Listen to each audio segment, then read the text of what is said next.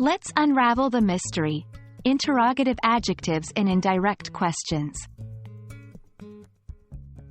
Hello, language explorers. Welcome back to our journey through the rich landscape of English grammar. Today, we're diving into a very specific yet important topic: interrogative adjectives and indirect questions. Remember, adjectives are our language's color palette. They make our phrases vibrant and expressive. So, let's discover how to use them in indirect questions and add more depth to our conversations. Before we delve into the intricacies of indirect questions, let's remind ourselves what interrogative adjectives are.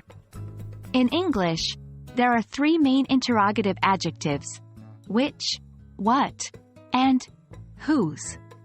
These adjectives are usually used to modify a noun and ask questions. For example, what book are you reading?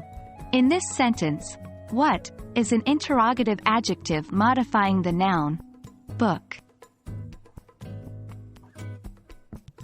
Now, let's talk about indirect questions. Indirect questions are a polite and more formal way to ask for information. Instead of asking directly like, "What time is it?" we frame it indirectly. "Could you tell me what time it is?" The second sentence is less direct and can be considered more polite or formal. When we use interrogative adjectives in indirect questions, the structure can change slightly compared to direct questions. Look at these examples. Direct question: what movie do you like? Indirect question: can you tell me what movie you like?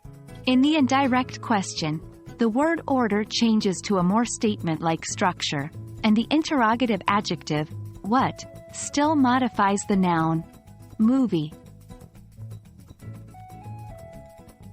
Now, it's your turn to practice. Try to convert these direct questions into indirect ones. 1. Whose pen is this? 2. Which option do you prefer? 3. What time does the store close? Remember, the best way to learn is by doing. Don't hesitate to pause the video and take your time to figure out the answers. Well done, language explorers. Today, we've added a new tool to our grammar toolbox: interrogative adjectives and indirect questions. With this knowledge, not only will your conversations become more vibrant and expressive, but you will also sound more polite and formal when asking for information. Keep practicing and stay curious about language. Until next time, happy learning!